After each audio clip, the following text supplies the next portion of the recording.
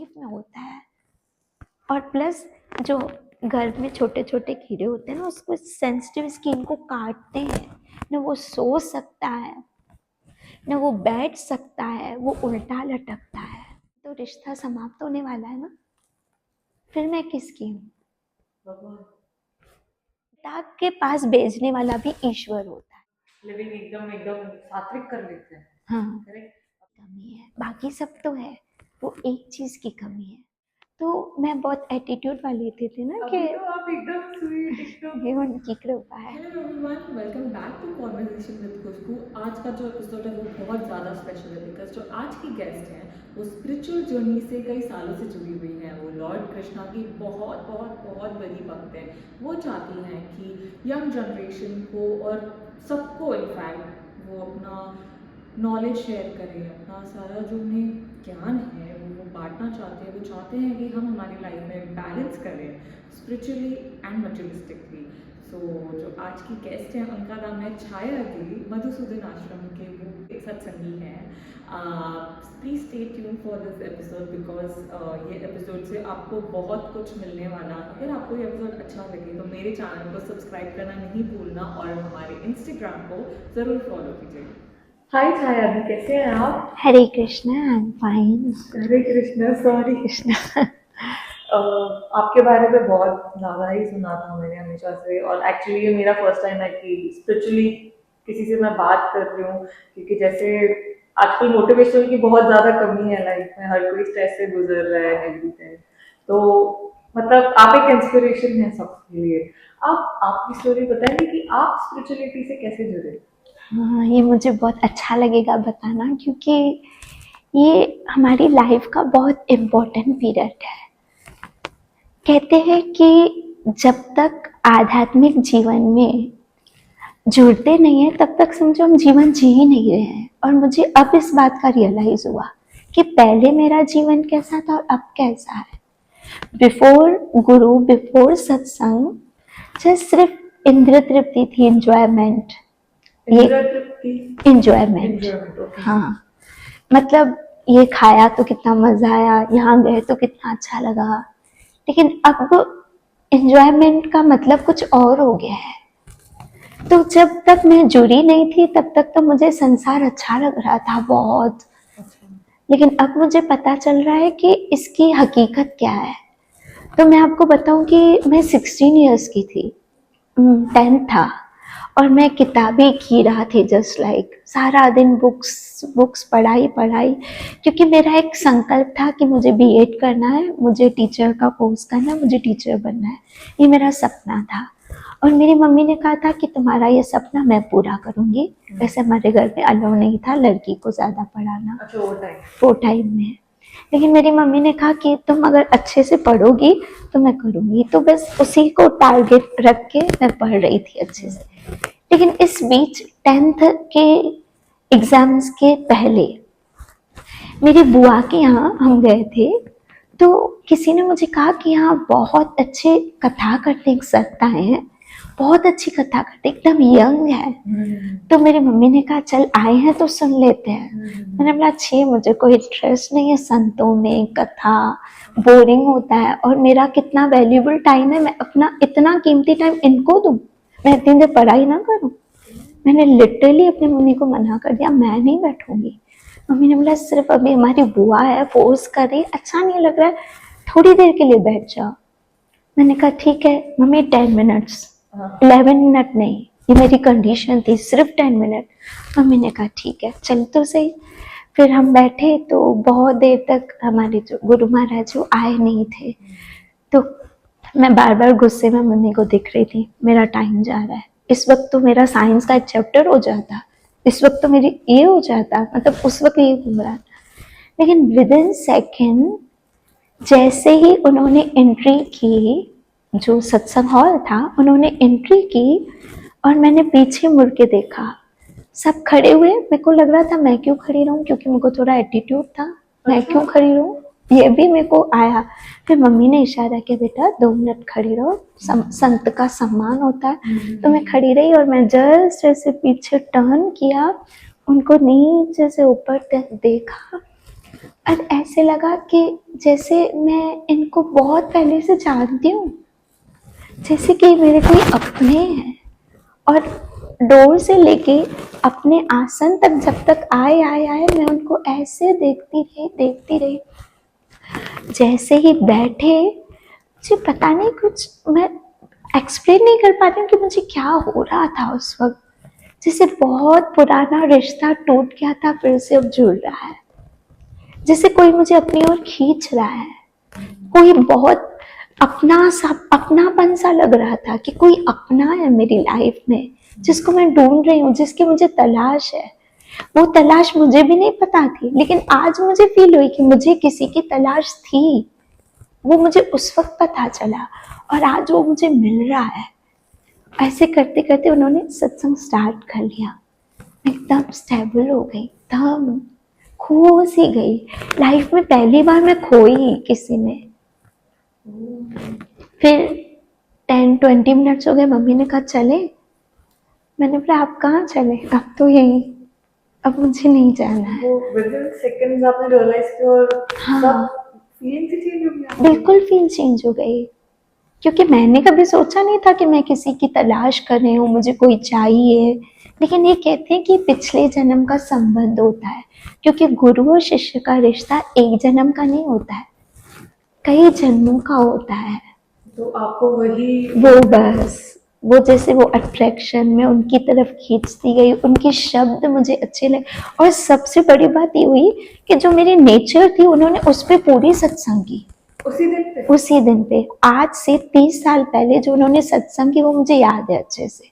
वो first first day वाला सत्संग, मैंने क्या वेयरिंग की थी वो भी मुझे सब याद है। तो मैं बहुत एटीट्यूड वाली थी ना कि तो आप एकदम स्वीट, एकदम ये उनकी कृपा है। कैसे इतना बदनाम थे? वही सिर्फ एक सत्संग से, ज्यादा मेहनत नहीं करनी पड़ी, एक सत्संग से। और मैं आपको वो उदाहरण भी बताना चाहूंगी प्लीज। कि उन्होंने कहा कि एक मोमबत्ती होती है और एक अगरबत्ती होती है। तो मोमबत्ती दिखने में वाइट, उसकी लाइट, कैंडल, उसकी लाइट, उसकी ब्राइटनेस। और अगरबत्ती कैसे होती है, एकदम काली, पतली सी, हल्की सी, ऐसे ऊपर से लाइट जैसे जलती है। तो एक दिन दोनों आपस में बात कर रही थी। तो कैंडल ने कहा देख मैं कितनी सुंदर, कितनी स्मार्ट हूँ, अंधेरे में जब मैं जलती हूँ तो पूरा प्रकाश हो जाता है, और मैं कितनी स्मार्ट हूँ, और तू देख दुबली पतली काली, तो तुम्हारी क्या ही वैल्यू है। इतने में एक हवा का तेज झोंका आया। जैसे ही हवा का झोंका आया ना, तो कैंडल बुझ गई और अगरबत्ती की खुशबू फैल गई। तो उन्होंने समझा कुछ लोग ऐसे होते हैं संसार में जिनको बहुत एटीट्यूड होता है, सामने वाले को बहुत कम समझते हैं, बहुत छोटा समझते हैं, लेकिन भगवान के हाथ में सब कुछ है। ऐसा कभी समय का, जैसे हवा का झोंका आया ना, ऐसी समय की लहर आती है कि वो बिल्कुल डाउन हो जाते हैं और जिसको वो नीचे गिराते हैं वो चमक जाते हैं। तो ये बात मुझे एकदम हार्ट टचिंग लगी कि मुझ में, क्योंकि वो एटीट्यूड, ऐसे घमंड, अपने ब्यूटी पे इतना घमंड था कि मैं कितनी सुंदर हूँ, ये वो, तो तुरंत ऐसे लग रहा था वो समाप्त हो गया कि ये सब चीज़ें कुछ भी नहीं है, सब ऊपर वाले के हाथ में होता है सब कुछ। वो हार्ट टचिंग जो बात लगी ना, समझो उस वक्त उनकी समर्पित हो गई। मतलब इससे वो टाइम पे आप सिर्फ 16 इयर्स के थे 16 ईयर्स और की आज हम लोग, ये जनरेशन बहुत फास्ट हो गई है। हम्म। आपने वो टाइम पे अपने में हृदय परिवर्तन फटाफट ले लिया, बट हम लोग रियलाइज करने में, वो ईगो छोड़ने में बहुत समय लगाते हैं। जी, क्योंकि ये पिछले जन्म का संबंध है। किसी ने हमारे गुरु महाराज से एग्जैक्ट यही क्वेश्चन किया जो आपने किया, कि किसी को तुरंत क्लिक हो जाता है, से स्पार्क हो जाता है, किसी को समय लगता है। तो उन्होंने कहा कि उसका संबंध पहले से बहुत डीप होगा, तो इसके लिए जल्दी कनेक्ट हुआ। जैसे कभी कभी नेटवर्क होता है ना, जल्दी पकड़ लेता है, कभी कभी टाइम लगता है, लेकिन अगर जो उनका होगा, जो भगवान का होगा, वो आज नहीं तो कल उनका होके ही रहेगा। मतलब सीरियसली हार्ट टचिंग मेरे लिए। इसी बात पे आपने बताया कि आपका तो जीवन एकदम बदल गया, 360 डिग्री बदल गया, बट हमारा लाइफ में मोटो क्या है, ये जीवन क्यों मिला है? Very nice question. एक्चुअल में ये समझना, ये क्वेश्चन आना भी बड़ी बात है, क्योंकि लोगों के मन में ये क्वेश्चन ही नहीं आता है। उनको लगता है हम जो कर रहे हैं वो सही है, वही हमारी मंजिल है। मैं आपसे छोटा सा सवाल पूछूंगी, क्या डिग्री हासिल करना हमारा लक्ष्य है, हमारी मंजिल है? नहीं, बट पेरेंट्स चाहते हैं कि हम पढ़ाई करें, डिग्री हासिल करें। नहीं, एक्चुअल में वो मंजिल नहीं है ना, नहीं, वो एक पड़ाव है। correct। फिर अच्छी जॉब मिली, हाँ, अच्छी डिग्री, अच्छी जॉब मिली, हाँ, ये भी क्या है? मंजिल नहीं है। क्योंकि मंजिल मतलब स्टॉप, मंजिल मतलब जब मंजिल मिल जाती है तो हम बोलते हैं ना बस अब, लेकिन मंजिल मतलब स्टॉप। लेकिन हम वहाँ स्टॉप नहीं होते हैं ना। नहीं, अगर आपकी अच्छी सैलरी होगी ना तो आपको लगेगा मैं और भी अच्छा कुछ करूँ, हाँ, हाँ, और मेहनत करूँ और कहीं से पैसे कमाऊँ और भी करूँ। हाँ, और क्योंकि दिल मांगे मोर क्योंकि हमको कुछ और चाहिए तो ये दिल मांगे मोर, क्योंकि दिल की आदत है, उसको हमेशा और चाहिए और चाहिए। तो वो स्टॉप किधर है? हाँ, वो स्टॉप हमको ढूंढना है, कहाँ है स्टॉप। और इसको अगर हम आध्यात्मिक भाषा में कहें ना तो कहते हैं ब्रह्म जिज्ञासा। ब्रह्म जिज्ञासा मीन्स मैं कौन हूँ। सबसे पहले आप ये पहचानो कि आप कौन है। वो कैसे, आजकल हम मटेरियलिस्टिक हो गए हैं बहुत सारा, इसलिए हम ये जानना चाहते ही नहीं है, और ये जानना जरूरी है। आप बता सकते हैं हम कैसे कर सकते हैं वो कुछ? बहुत इजीली, बहुत इजीली। सिर्फ हमको हमारी डायरेक्शन थोड़ी सी बदलनी होगी, क्योंकि हमारी डायरेक्शन टोटली संसार की तरफ जा रही है। और संसार क्या है? संसार, जिसका कोई सार नहीं। संसार, कोई सार मतलब इसका कोई रिजल्ट ही नहीं है। क्यों? एंड ऑफ द डे हमारे साथ ना हमारी डिग्री चलेगी, ना हमारे जो जॉब है, जो हमारा बिजनेस है, नथिंग, ना ही हमारा बैंक बैलेंस, कुछ भी नहीं। हमारा परिवार, हमारा पति जो मुझे कितना भी प्यार करता हो चलेगा, हमारे बच्चे, तो फिर क्या मिला? अकेले आए हैं, अकेले जाएं। अकेले जाए, बस इतनी सी बात समझनी है। अकेले आए हैं, अकेले जाएंगे, तो इस बीच के सफर में क्या हमको पाना है जो हमारे साथ चले। या एक ये क्वेश्चन कि मेरे साथ क्या जाएगा। मुझे ऐसे लगता है कि हम सबों को इतना कीमती मनुष्य जन्म मिला है, तो ये सिर्फ एंजॉयमेंट के लिए नहीं मिला है। एंजॉयमेंट करना चाहिए, ऐसे नहीं कि हमारी बोरिंग लाइफ हो, लेकिन साथ साथ इसका मंथन करना जरूरी है, रियलाइजेशन करना बहुत जरूरी है। सेल्फ रियलाइजेशन, मैं कौन हूँ, कहाँ से आई हूँ, कहाँ जाना है। ये 3 आंसर आपको मिल गए ना, मतलब आपने बहुत कुछ समझ लिया, बहुत कुछ समझ लिया। आपने लगता है लाइफ में पा लिया है, गुरु की कृपा से समझ लिया है, समझ लिया है कि मैं कौन हूँ। मुझे ऐसे लगता है, हमको ऐसे लगता है मैं इसकी माँ हूँ, मैं इसकी पत्नी हूँ, मैं इसकी बहू, मैं इसकी बेटी हूँ। लेकिन एक दिन तो रिश्ता समाप्त होने वाला है ना, फिर मैं किसकी हूँ? भगवान। बस, बिल्कुल सही बोला आपने यही समझना है, हम उसी के हैं। शरीर किसी का भी है, लेकिन वास्तव में, अब बताओ, मेरी उंगली में दर्द है, तो मेरी उंगली मतलब मैं अलग हूँ, उंगली अलग है। समझ में आई बात? मेरी उंगली में दर्द है, मतलब उंगली में दर्द है, मैं कुछ और हूँ। मुझे पता है थोड़ी डीप बात है, कोई ज्यादा डीप है, हाँ, कोई समझे तो एकदम एकदम। आगे बढ़ सकते हैं, बट ये तो एकदम स्पिरिचुअल बातें हैं, बट रिलीजन और स्पिरिचुअलिटी में क्या डिफरेंस है? बहुत अच्छा। रिलीजन मतलब एक धार्मिक व्यक्ति, और स्पिरिचुअलिटी मतलब आध्यात्म, मतलब जिसका संबंध आत्मा से है। आज लोग आध्यात्म कम है, स्पिरिचुअलिटी में कम है, धार्मिक ज्यादा है।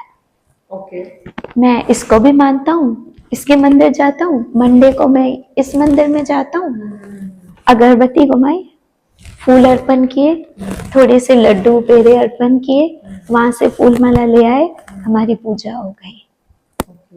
लेकिन ये ये संबंध, आध्यात्म का संबंध कुछ अलग है।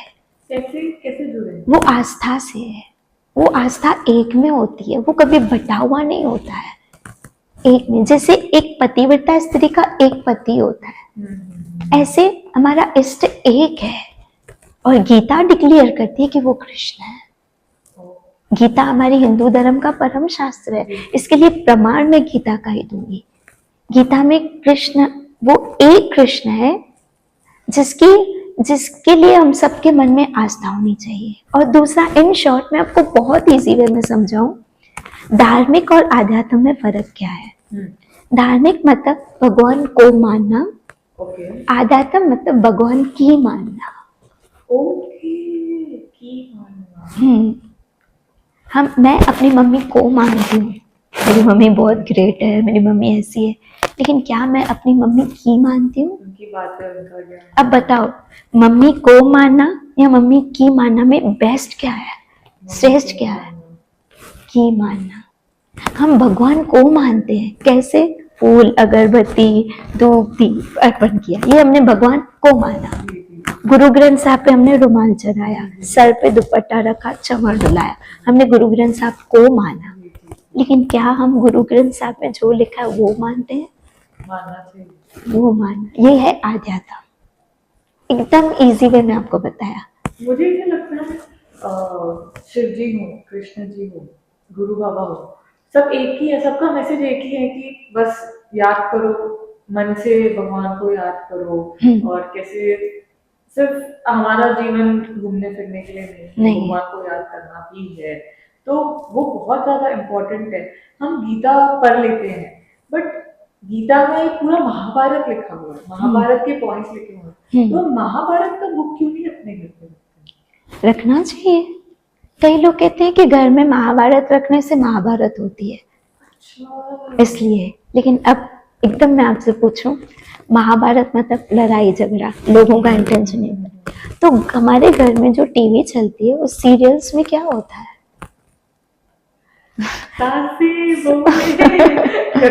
झगड़ा।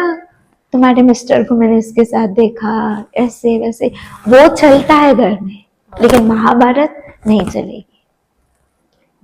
इवन इस टाइम पे गीता नहीं पढ़ते हैं, इस टाइम पे भागवत नहीं पढ़नी चाहिए, ऐसा कुछ नहीं है।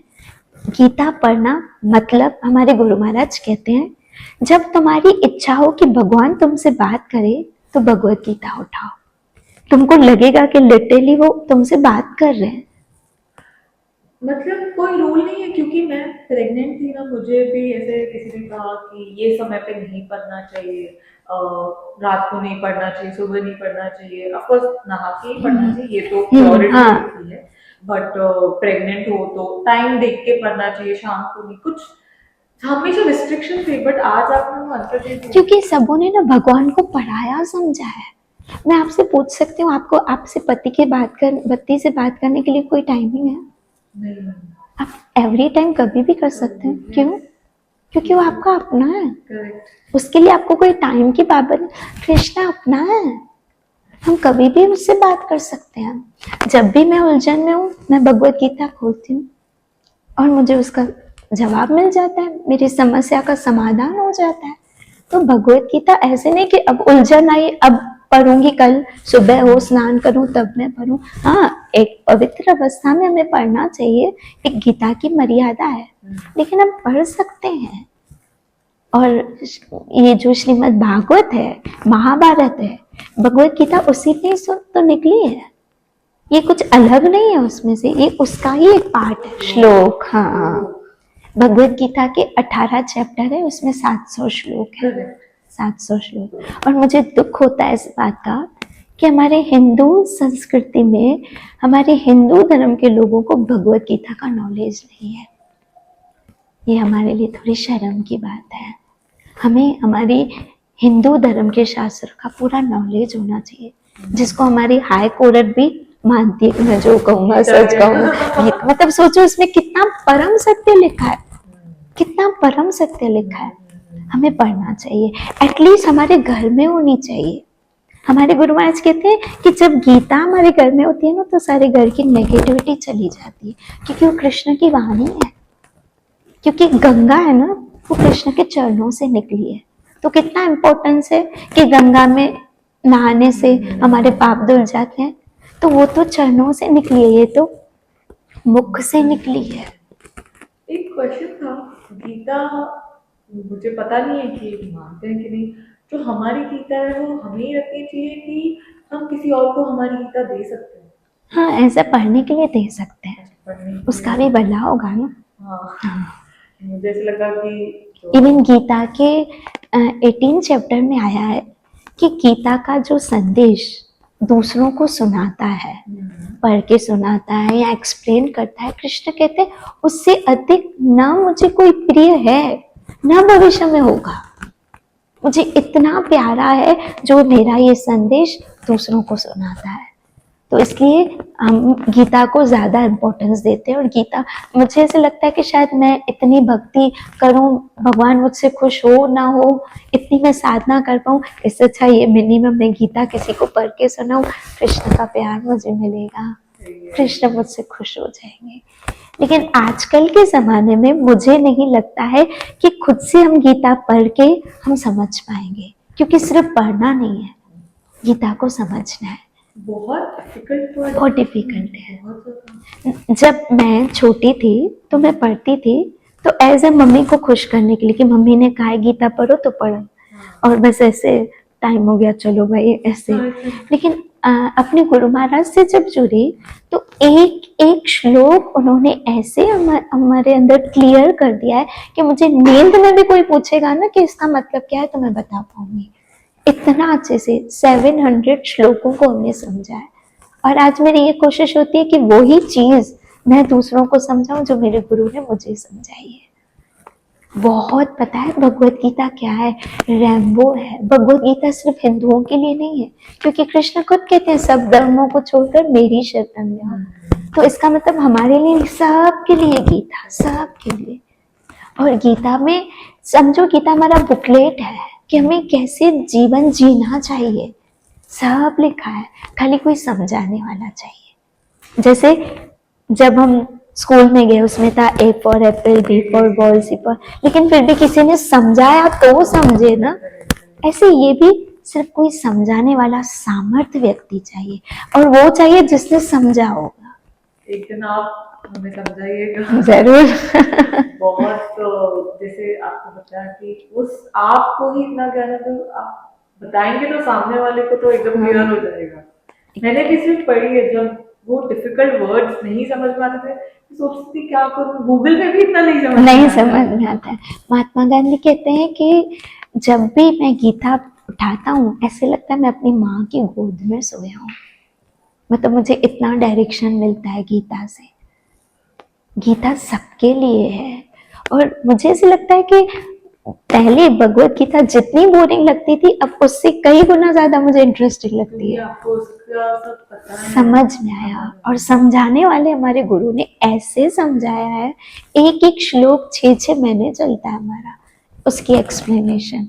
और फिर कभी अगर 1-2 साल के बाद अगर उन्होंने फिर श्लोक उठाया ना, तो एक अलग तरीके से वो कहते हैं कि गुड़ को जहां से भी उठाओ तो एक अलग स्वाद आता है ना, ऐसे गीता के श्लोक को जितनी बार उठाओ एक अलग टेस्ट आता है, एक अलग स्वाद आता है। एक श्लोक आप बताएंगे? हाँ बिल्कुल, ये पूरी भगवत गीता का सार है।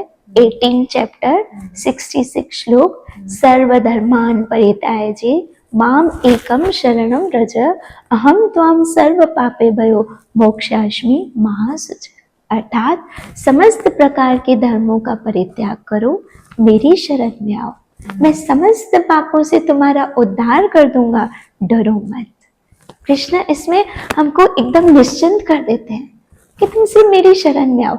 सिर्फ एक बार बोल दो, हे कृष्ण मैं आपकी शरण में हूँ, बस मैं क्या करूंगा, सब पापों से मुक्त कर दूंगा, सिर्फ इतना करने से। और तुम्हारी जहां जहां आस्था है, जहां जहां आस्था है, तुम जहां जहां मानते हो, अगर उनको छोड़ के मेरे पास आए ना तो डरना मत, तुम्हारा कोई भी कुछ बिगाड़ेगा नहीं, क्योंकि उनका भी आश्रम है। जिनके आश्रय तुम हो ना, उनका आश्रय में मैं हूँ। तो इसके लिए तुम बिल्कुल चिंता मत करो, तुम मेरे पास आओ। और तो और अगर समस्त देवी देवता में से हम किसी की भी शरण में, अगर हम कृष्ण की शरण में जाते हैं तो वो ज्यादा खुश होते हैं। और एक और छोटी बात मैं बताना चाहूंगी कि पर्टिकुलर जो शिव भक्त हैं या जो माता के भक्त हैं, अगर उन्होंने सच्चे दिल से भोले बाबा की भक्ति की या माता रानी की भक्ति की, तो उनके फल स्वरूप वो खुश होकर कृष्ण भक्ति प्रदान करते हैं, क्योंकि ये टॉप है, ये प्रदान करते हैं। मतलब समझना कि भोले बाबा हमारी भक्ति से खुश हुए तब उन्होंने ये दिया। कृष्णा जी भी तो विष्णु जी के रूप हैं। एक्चुअल में कृष्ण विष्णु के रूप नहीं है, विष्णु कृष्ण के अंश हैं। हाँ, ये श्रीमद् भागवत में क्लियर आया है। मुझे ऐसे लगा था कि एक और मुझे नहीं पता सबने उल्लासनगर का मधुसूदन आश्रम विजिट किया है कि नहीं, बट मैंने वहाँ पे एक चीज देखी। वहाँ पे हरे कृष्ण जी की मूर्तियां थी, सब राधा रानी जी की मूर्तियां थी, बट एक साइड प्रहलाद जी की भी मूर्ति थी। जी, उसकी स्टोरी क्या है? स्टोरी ये है कि वो नरसिंह भगवान को मानते हैं, मतलब कृष्ण को मानते हैं। लेकिन प्रहलाद के जीवन में, मैंने आपको कहा ना, ये आध्यात्मिक जीवन है ना, एक जन्म का खेल नहीं है। कई जन्मों से बुला रही हूँ, कोई तो रिश्ता जरूर होगा। मतलब अगर मैं बुला रही हूँ तो जरूर पिछले जन्म का रिश्ता होगा। तो प्रहलाद महाराज जब माँ के गर्भ में थे, तब उन्होंने नारद मुनि के मुख से श्रीमद् भागवत कथा सुनी थी। हमारे यहाँ हिंदू संस्कृति में 16 संस्कार है। सबसे पहला संस्कार है गर्भ संस्कार। गर्भ संस्कार में क्या होता है कि माँ जो भी आध्यात्म करेगी या जो मटेरियल, जो भी एक्स वाई जेड, वो पूरा उसके बच्चे पे असर करता है, जो आजकल ऐसा होता नहीं है। जैसे ही 9th मंथ हुए और अगर डॉक्टर ने बेड रेस्ट कह दी, तो या तो रिमोट या तो मोबाइल हाथ में, एक मोबाइल और एक पति का रिमोट तो ये आजकल ऐसा होता नहीं है। लेकिन पहले जमाने में ऐसा होता था कि जब भी स्त्री गर्भवती हुई ना, तो उनको गुरु के पास भेजा जाता था कि तुम ज्ञान हासिल करो, ताकि बच्चा विद्वान बने, ज्ञान बने। ज्ञानी इसका मतलब ये नहीं कि वो मटेरियल से हट जाएगा, वो मटेरियल में ही रहेगा, लेकिन वो आध्यात्म में भी बहुत आगे निकल जाएगा। और आध्यात्म जीवन में बहुत जरूरी है, बहुत जरूरी है। और कभी कभी हमको लगता है कि बोरिंग लाइफ है, ये क्या माला उठाओ, कीर्तन करो, सत्संग जाओ, ये बैकवर्ड लोगों का काम है, रिटायर्ड लोगों का काम है। अभी तो लेट्स एंजॉय, हाँ अभी तो लेट्स एंजॉय। लेकिन प्रहलाद महाराज कहते हैं, अगर तुम छोटे बच्चे हो, अभी से भक्ति आरंभ करो, जवानी का इंतजार मत करो। अगर तुम यंग एज में हो तो ये मत सोचो कि वृद्ध अवस्था आएगी तब भजन करूंगा। अगर तुम वृद्ध अवस्था के हो तो ये मत सोचो जब अंत समय आएगा तब बोल दूंगा हरे राम।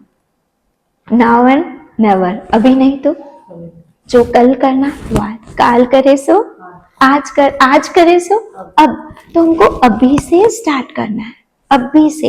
ये प्रहलाद महाराज से हम सीख सकते हैं। 5 साल के बच्चे थे, लेकिन इतना सारा ज्ञान वो अपने स्कूल में, अपने जो पाठशाला थी, उस जमाने में पाठशाला कहते थे, अपने फ्रेंड सर्कल को ज्ञान की बातें देते थे।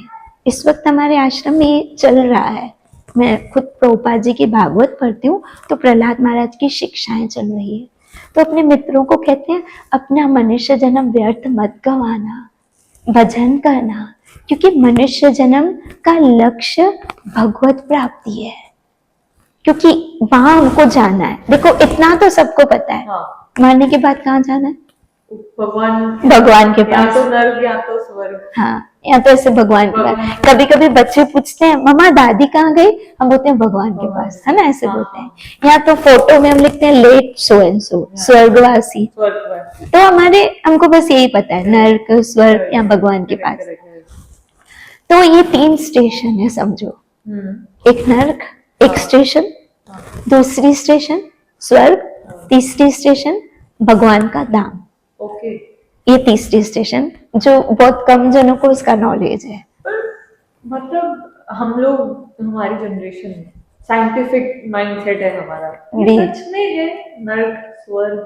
हाँ, बहुत अच्छा सवाल किया कि आप बोलोगे हमने देखा ही नहीं, हमें क्या पता है। कैसे आपने अपने परदादा को देखा था? नहीं। तो मतलब वो नहीं थे? ऑफ कोर्स वो एग्जिस्ट, मैंने तो सुना है। तभी तो वो थे तो आपके पापा थे ना, और आपके पापा थे तो आप, मतलब वो थे, आपने देखा नहीं, लेकिन मानते हो ना? ऐसे ये सब चीजें हमने देखी, लेकिन है ये सब प्रैक्टिकल है, क्योंकि प्रमाण है शास्त्र, और गरुड़ पुराण में भी आया है, श्रीमद् भागवत में आया है, तो मतलब प्रमाण है। और लिखा किसने बताया भागवत? मुझे नाम याद नहीं आ रहा, बट मुझे पता है। वेद व्यास मुनि। सॉरी, मुझे याद नहीं। वेद व्यास मुनि, उन्होंने भागवत लिखी है, और वो कौन है? कृष्ण के अवतारों में से एक है। तो मतलब कितना प्रमाण है भागवत में। श्रीमद् भागवत कृष्ण की आत्मा है। आपने भागवत उठाई ना, मतलब आपने कृष्ण को उठाया है। श्रीमद् भागवत में ये बात लिखी हुई है। तो वेदव्यास मुनि ने ये भागवत लिखी है। तो भागवत गीता, ठीक है, आप जो माला लेते हैं उसका क्या मतलब, मैंने सिर्फ देखा है हाँ। सब माला पट मतलब जी पढ़ते जी हैं, हाँ उसका क्या फल है? हाँ, ये पहले मैं बताऊंगी क्यों करते हैं, हाँ। क्यों करना चाहिए। क्योंकि जब हम माँ के गर्भ में थे 9 महीने, इतना तो बिलीव करते हैं ना कि माँ के गर्भ से, कोई आसमान से तो नहीं आया, हम सब माँ के गर्भ से आए। तो माँ के गर्भ में गरुड़ पुराण में आया है, प्लस श्रीमद् भागवत में आया है। मैं उसका रेफरेंस देके बोलती हूँ कि उसमें आया है। उसमें लिखा है कि जीव सबसे पहले एक छोटा सा एक अंश होता है जो पिता के माध्यम से माता के गर्भ में आता है, लेकिन वो पता है बनता कैसे है? नहीं। वो बनता है अन्न से। जो हम अन्न खाते हैं, वो अन्न से पिता के यहाँ से माता के गर्भ, अन्न से उत्पन्न होता है। फिर इससे कृष्ण ने कहा वो देने वाला भी मैं हूँ, गीता में कहा है। वो बीज जो होता है ना, वो प्रदाता पिता के पास भेजने वाला भी ईश्वर होता है, कृष्ण होता है। पिता के माध्यम से माँ के गर्भ में आया, लेकिन माँ के गर्भ में जब वो आता है तो छोटा सा एकदम, उसके बाद वो थोड़ा समय के अनुसार बढ़ता है, तो एक मांस का लोथड़ा होता है, उसमें कुछ भी नहीं है, बस ऐसे ही मांस का एक छोटा सा टुकड़ा। फिर धीरे धीरे जब 3 महीने के होते हैं, तो धीरे धीरे उसमें चेतना आती है, उसमें आँख, कान, जबान, ये सब कुछ आता है। तो आपको लगता है कि वो कौन देता है? कभी आपने सोचा है? क्या साइंस ने कभी ये इस बात पे सोचा है कि आँख इस बच्चे में आई कहाँ से? क्वेश्चन जब मैं प्रेग्नेंट थी तो मुझे तो आया माइंड में, बट कुदरत समझ के ही। हाँ, कुदरत। तो ये कुदरत कौन है? भगवान। हाँ, नाइस। ये भगवान है। तो उसकी कृपा से आँख, नाक, कान, ये जबान हमको मिली।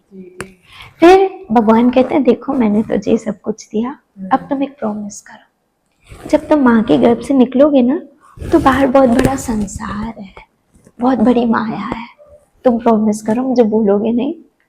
अब उस वक्त हम इतने कष्ट में होते हैं, शास्त्रों में आया है कि बच्चा उल्टा लटकता है, सर नीचे पांव ऊपर, ऐसी उसकी स्थिति होती है। क्यों? क्योंकि वो तरफता है, स्पेस कम, देन स्मेल, इतनी स्मेल, दुर्गंध, क्योंकि वो 9 मंथ जो होता है अंदर कचरा, तो बच्चा तरफता है अंदर और उसको स्पेस नहीं है, वो घूमता है। और 7th मंथ में जब घूमता है तो माँ खुश होती है, बच्चा अंदर बहुत अच्छी मूवमेंट कर रहा है। तो अंदर कोई सिल्वर थोड़ी है जो एंजॉय कर रहा है, वो हाथ पांव मार रहा है कि प्रभु मुझे निकालो। यहाँ तक कि कहते हैं कि उस वक्त उसको पिछले 100 जन्म याद आते हैं। इतना कष्ट, इतनी पीड़ा, इतनी तकलीफ में होता है। और प्लस जो गर्भ में छोटे छोटे कीड़े होते हैं ना, उसको सेंसिटिव स्किन को काटते हैं, न वो सो सकता है न वो बैठ सकता है, वो उल्टा लटकता है। तब भगवान को कहता है भगवान मुझे यहाँ से निकालो, मैं आपको बोलूंगा नहीं। फिर भगवान कहते हैं तुम सच में मुझे नहीं बोलोगे? मैं प्रॉमिस करता हूँ मैं आपको नहीं बोलूंगा, पक्का वादा? नहीं बोलोगे? फ्रेंड सर्कल होगा फिर? नहीं बोलूंगा। अरे तुम्हारी शादी हो जाएगी, तुम्हारे बच्चे हो जाएंगे, मैं नहीं बोलूंगा, मुझे यहाँ से निकालो। और जब भगवान उसकी वो पुकार सुनते हैं, आफ्टर 9th मंथ जब बच्चा पैदा होता है, तो कुछ समय तक उसको वादा याद रहता है। हाँ, कुछ समय तक, क्योंकि बच्चे हंसते हैं, रोते हैं। हाँ, खुद ही और पहले जमाने में तो मुट्ठी भी बंद होती थी। मुट्ठी बंद मतलब वो मुझे बात याद है, ये मुट्ठी बंद मतलब वो मुझे प्रॉमिस याद है। लेकिन आजकल तो बच्चे पैदा होते हैं तो वो भी खुली होती है, क्योंकि कलयुग का प्रभाव है। लेकिन उस बच्चे का सौभाग्य या पिछले जन्म के अच्छे कर्म, वो ऐसे घर में पैदा हुआ जहाँ उसको पैदा होते ही स्पिरिचुअलिटी से जोड़ा जाता है, तो उसके लिए तो इजीली रास्ता खुल जाता है। माँ कहती है बेटा ये भगवान की कृपा से, थैंक यू कृष्ण बोलो, ये उसको याद करो, क्योंकि उसकी वजह से तुम्हारा जन्म हुआ। तो एक माँ ही सबसे पहली गुरु होती है जो ये बात सिखाती है। ये उसके अगले जन्म के कर्म और कृपा होगी तो ऐसा हो, नहीं तो फिर वो भूल जाता है। सबसे पहले कैसे भूलता है? माँ बोलती है बेटा बोलो मम्मी मम्मी, मम्मी को बुलाओ बुलाओ, फिर वो इंट्रोडक्शन करवाती है, अरे पापा है पापा, ये देखो पापा पापा, पापा खिलौने लाए, पापा आइसक्रीम लाएंगे। उस चक्कर में भूल गया कि अरे मेरी दुनिया तो ये है। वो भूल गया अपनी वास्तविकता, घर में किससे वादा करके आया, कौन था वो ईश्वर था, उसने मुझे आंखें दी। और कभी कभी तो जब बड़ी डिग्री हासिल करता है, पैसा तब होता है, कौन सा भगवान? हम भगवान को नहीं मानते, हम साइंस को मानते हैं, विज्ञान को मानते हैं, हम भगवान को नहीं मानते। तब भगवान को दुख होता है, बेटा मैंने तुझे आंखें दी, जबान दिया, मनुष्य जन्म दिया, सब कुछ दिया, तो मुझे ही भूल गया। मतलब हम भगवान के बच्चे हैं। हाँ, और हम उनसे कितनी चीटिंग कर लेते हैं। एक छोटी सी कथा बताओ, बहुत समझने की है। हमारे गुरु महाराज बताते हैं कि एक संत थे, अपनी साधना करने बैठे थे, क्योंकि कई लोग भगवान को भूल चुके हैं, बहुत दूर जा चुके हैं, और उनके दुख का कारण यही है भगवान को भूलना। जैसे ही हम फिर से उनसे जुड़ेंगे ना, हमारी सुख, हमारी आशाएं, उम्मीदें फिर से जागृत हो जाएगी, क्योंकि हम रियलिटी से बहुत दूर चले गए हैं। तो संत साधना कर रहे थे, इतने में एक छोटा सा चूहा आया, कांपता कांपता डरता हुआ। तो संत तो पारदर्शी होते हैं, संत ने देखा बेचारा क्यों इतना डर रहा है। संत बड़े दयालु होते हैं, क्योंकि उनका हृदय बिल्कुल पिघला हुआ होता है, वो किसी को भी दुखी नहीं देख सकते हैं। तो जब तक हमारा हृदय नहीं पिघला है ना, हमारे अंदर दया नहीं है ना, तो हम इंसान नहीं कहलाएंगे। इंसान मतलब दया। और जब हम हत्या करके अपनी जबान की टेस्ट के लिए जब जीव हत्या करते हैं, तो भगवान कहते हैं अरे तुम इंसान हो कि तुम्हारे अंदर दया नहीं है, कि तुम किसी को काट के खा रहे हो, तो नॉनवेज खा रहे हो। तो संत ने देखा कि बेचारा डर रहा है, कांप रहा है। तो संत ने उसको पानी का छींटा मारा और उससे बात की, क्या हुआ, तुम डर क्यों रहे हो, आ जाओ तुम, मैं तुम्हें सुरक्षा प्रदान करूंगा, तुम मेरे पास आओ। चूहे ने कहा और तो नहीं, बिल्ली से बड़ा डर लग रहा है, कब से मेरा पीछा कर रही है, अब मुझे खा जाएगी। तो संत को दया आई, ऐसे पानी का आचमन लिया और उस पे मारा, बोला जा बिल्ली बन जा, क्योंकि वो इतने सामर्थ थे। अब वो बिल्ली बन गए, अब तो बिंदास, अब कितनी भी बिल्लियां, अब कोई डर नहीं है, अब तो कोई डर नहीं है, बिंदास घूमने लगे। अब थोड़े दिनों के बाद वो बिल्ली कांपती कांपती आई, महाराज बहुत डर लग रहा है। अब क्या हुआ, कुत्ता पीछे पड़ रहा है, बहुत डर लग रहा है, ये मुझे खा जाएगा। महाराज ने कहा अरे इसमें क्या है, तुम बिल्कुल निर्भय हो जाओ। पानी का एक छींटा मारा और कहा जा कुत्ता बन जाओ। अब कुत्ता बन गया तो बिंदास, सब कुत्तों के बीच में झूमने गाने लगे। बहुत दिनों के बाद उसी बीच में एक शेर आया। अब कुत्ता कांपता कांपता आया, महाराज मुझे बहुत डर लग रहा है, अब क्या हुआ, क्यों इतने भयभीत हो? बोला शेर आया है। बोला लो उसमें क्या है, अब तुम्हारी रक्षा करता हूँ। आचमन लिया और कहा जा शेर बन जा। अब वो शेर फिर गया जंगल में और मस्त, अब तो उसमें एनर्जी, अब कोई डर नहीं, निर्भय बिंदास, अब तो सब उससे डरने लगे। एक दिन उस शेर को बहुत भूख लगी, खाने के लिए कुछ नहीं मिला। अब वो संत के पास आया, लेकिन ऐसे एकदम चोरी छाती करके संत के पास आया। आज उसकी चाल बिल्कुल अलग थी, वैसे हमेशा ऐसे ऐसे, आज एकदम ऐसे आया। संत ने पूछा क्या हुआ? बोला क्या हुआ, क्या पूछ रहे हो? आज खाने के लिए कुछ नहीं, मैं तुम्हें ही खा जाऊंगा। Oh my God. संत ने कहा अच्छा तुम अपनी औकात भूल गए? तुम क्या थे और तुम कहाँ से कहाँ पहुंचे, तुम भूल गए? तुम एक छोटे से चूहे थे, कांपते कांपते मेरे पास आए थे। मैंने तुम्हें चूहे से बिल्ली से डॉगी बनाया और उससे मैंने शेर बनाया। आज जब तू शेर बन गया तो मुझे खाने आया? तुझे मेरी ताकत का पता नहीं है? जा फिर से चूहा बन जा। कर्मा। आज हमारी स्थिति ऐसी है, जिस भगवान की कृपा से सब कुछ मिला, सब कुछ, ईच एंड एवरीथिंग, सब उसकी कृपा से, लेकिन सबसे पहले हम उसी को ही भूल जाते हैं। और दुख होता है जब लोग कहते हैं भगवान ने किया क्या है। कौन है? ये सब साइंस है, ये विज्ञान है। भगवान ने क्या किया? भगवान ने, साइंस ने बच्चा पैदा किया है कभी? साइंस की नहीं, वो रॉबिन बना सकता है, लेकिन उन्होंने कभी नहीं। और तो और ये क्लियर लिखा है कि जो माँ के स्तनों में दूध है ना, वो साइंस नहीं बना सकती।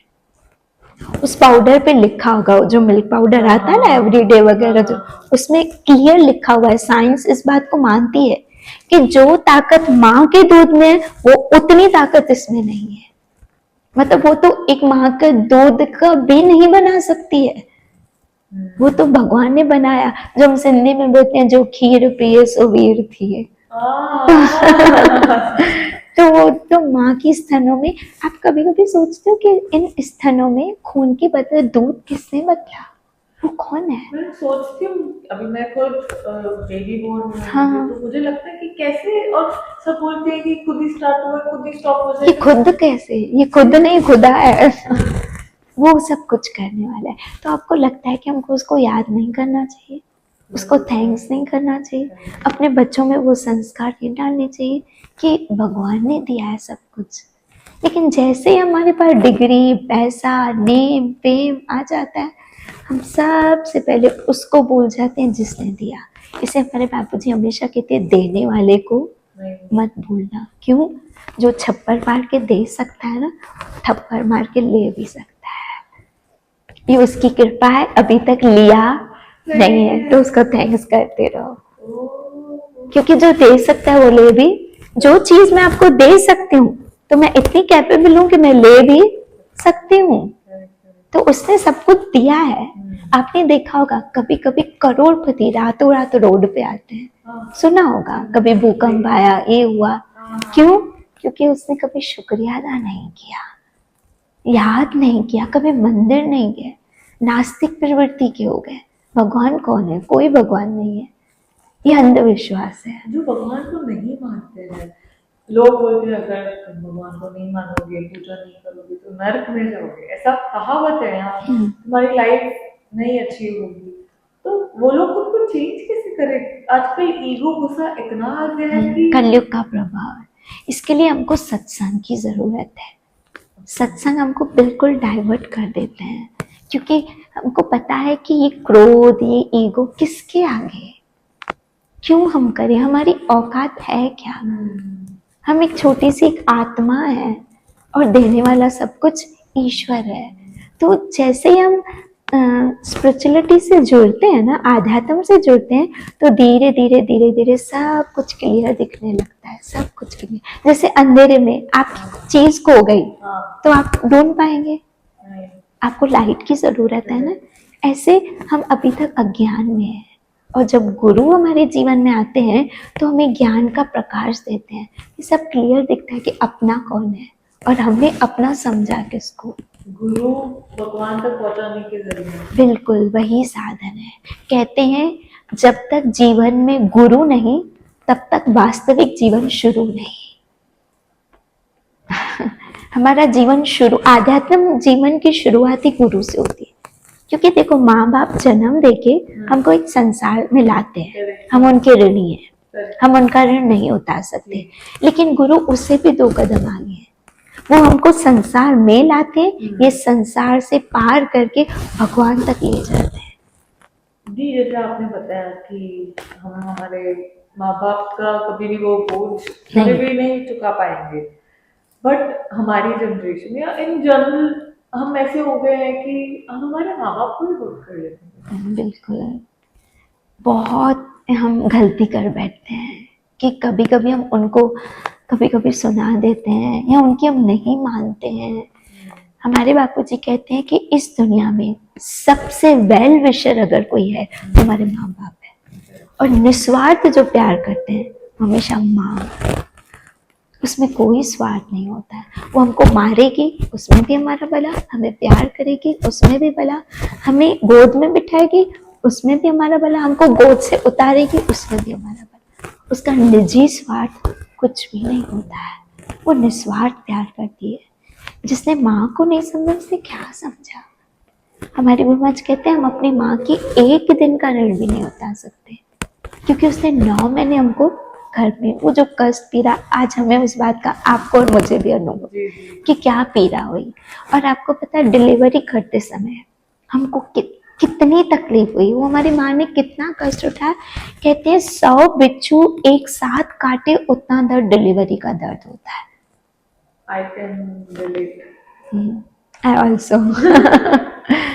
बट जी, आपने जैसे बताया कि आप स्पिरिचुअलिटी से तो जुड़े हुए हैं, but to be very frank आप मटेरियलिस्टिक लाइफ में जी रहे हैं। तो लाइक कैसे लोग अपना एकदम लिविंग एकदम एकदम सात्विक कर लेते हैं, हाँ। करेक्ट, अपना वेशभूषा खाना पीना भाई एकदम वो करना है कि हमको वो करना है, तो वो सही है क्या? नहीं, मतलब हमको बैलेंस करके चलना है। बिल्कुल। वो कैसे इजी होगा? बस हमको बापूजी ने ना, हमारे गुरु महाराज ने बहुत प्रैक्टिकल भक्ति करना सिखाई है। वो भी एंजॉय करते हैं, हम भी अपनी लाइफ एंजॉय करते हैं। हमारी लाइफ में आपको कभी बोरिंग लगेगा ही नहीं। Chant Hare Krishna, be happy, भगवान का नाम लो, खुश रहो। क्योंकि एक खुश इंसान दूसरों को खुश रख सकेगा। एक नीरस इंसान दूसरों को खुशियां नहीं दे सकेगा। खुशी खुशी की तो कमी है आजकल, लाइक इतना स्ट्रेस आ गया है in generally, like as a mother also, like if I am working, मैं कहीं जॉब कर रही हूँ, वहाँ का स्ट्रेस, घर का स्ट्रेस, रिलेशनशिप का स्ट्रेस, वो मैनेज ही नहीं होता है उसका। क्योंकि एक चीज की कमी है, बाकी सब तो है, वो एक चीज की कमी है, स्पिरिचुअलिटी। घूम फिर के बात यहीं पे आती है। तो वो स्पिरिचुअलिटी हम लाए कैसे? देखो, सक्सेस मतलब हमको लगता है कि ये पा लिया तो मैं सक्सेस हुआ। सक्सेस मतलब सेटिस्फेक्शन। अगर सेटिस्फेक्शन नहीं है तो सक्सेस कैसा? आपने कुछ भी पा लिया, आप सक्सेस तो हुए लेकिन आप सेटिस्फाई नहीं हुए। आज सब कुछ है लेकिन इंसान सेटिस्फाई नहीं है, और वो सेटिस्फेक्शन हमको संसार में मिलेगी ही नहीं। आज ही बापू जी हमको समझा रहे थे, इस संसार है दुखालयम अशाश्वतम। इस संसार में सुख है ही नहीं और हम सुख ढूंढ रहे हैं। हाँ, जो चीज है ही नहीं उसको हम ढूंढ रहे हैं। ऐसे कोई जैसे कि मैंने बताया कि स्ट्रेस वगैरह काफी हो गया, कुछ हैबिट्स हम हमारे लाइफ में वो स्पिरिचुअलिटी लाएं कैसे, क्या करना चाहिए हाँ। एज अ ह्यूमन, आप थोड़ा गाइड करें। बिल्कुल प्रैक्टिकल और बहुत इजी। एक 5 साल का बच्चा भी कर सकता है और एक 99 ईयर्स का ओल्ड एज वाला भी कर सकता है। सिर्फ अपने जीवन में भगवान को जोड़ दो बस। कैसे, लाइक जैसे आपने बताया कि थैंक यू गॉड बोलना चाहिए, हाँ। उसका कुछ टाइम और उसका नहीं, कोई टाइमिंग नहीं। आधी रात को उठ के बोलो, जब नींद नहीं है, जब आप फ्री हो। सिर्फ थोड़ा सा मी टाइम। अच्छा, मी टाइम लाइफ में बहुत जरूरी है। मी टाइम मतलब एकांत में रियलाइजेशन। मेडिटेशन पहले बोलते थे, हाँ, जिसको मेडिटेशन, हाँ, मी टाइम। कि मुझे क्या चाहिए आप ढूंढो, आपको कुछ चाहिए, कोई तलाश है, और जैसे ही वो मिलेगा ना, और उसका संबंध है ना शरीर से नहीं है, उसका संबंध आत्मा से। जैसे ही वो चीज मिल जाएगी ना, इन सब चीजों में भी आप सुखी रहेंगे। मतलब परिस्थितियां कैसी भी हो, ये बहुत बड़ी काम की बात बता रही हूँ, परिस्थितियां कैसे भी हो, हमारी स्थिति नहीं बदलनी चाहिए। कैसी भी परिस्थिति, मूड नहीं चेंज होना चाहिए। आपका मूड आपके हाथ में होना चाहिए। आप चाहो तो मूड खराब हो, आप चाहो तो आपका मूड अच्छा हो। आपका रिमोट कंट्रोल मेरे हाथ में नहीं होना चाहिए। कि मैं आई और मैंने आपका मूड खराब कर दिया। अरे वो आई और मूड बस होता है ऐसे, इतना इतना जल्दी। इजी नहीं है। आपके घर में टीवी है? हाँ, रिमोट कंट्रोल किसके? हमारे हम आपके पड़ोसी के घर में? नहीं। जब आपके टीवी का रिमोट कंट्रोल आपके घर में है तो आपके मूड का कंट्रोल किसी और के हाथ में क्यों? इसी बात पे मैं आपसे एक छोटा सा क्वेश्चन पूछूं। बिल्कुल। आपने बोला कि हमारे हाथ में होना चाहिए, हमारा होना नहीं चाहिए। ये हम है ना थोड़े टाइम तक फॉलो कर पाते हैं, बाद में सेम हो जाता है। बिल्कुल ऐसे सही। क्यों होता है? क्योंकि हम रेगुलरिटी स्पिरिचुअलिटी में नहीं जुड़ते हैं। थोड़ा सुन लिया, थोड़े दिन फॉलो करेंगे। जैसे हमारे शरीर को रोज खाना चाहिए ना, ऐसे आत्मा को रोज चाहिए ये सब कुछ। इसलिए थोड़ा सा अच्छा संग हमारी लाइफ में ज़रूरी है, बहुत ज़रूरी है। क्योंकि सिंधी में कहते हैं ना, जैरो संग तैरो रंग। अगर आपका अच्छा संग होगा ना, ऑटोमेटिकली आप में पॉजिटिविटी आने लगेगी, सतोगुण आने लगेगा, आप बदलने लगोगे। फिर आपको लगेगा वो मुझे चाहिए ही, वो व्यक्ति मुझे चाहिए ही, उसके साथ मुझे अच्छा लगता है बहुत, वो मुझे चाहिए। तो जैसे आपने बोला कि सत्संग सुनना चाहिए, सब अपना वो अडॉप्ट करना चाहिए, बट टू बी वेरी आजकल के फ्रैंक वो होता भी नहीं है। और हमारे मन में ऐसे भी नहीं होता कि हम उठे सत्संग हॉल में जाएं, वो मंदिर विजिट करें। तो उसका क्या सोल्यूशन होना चाहिए?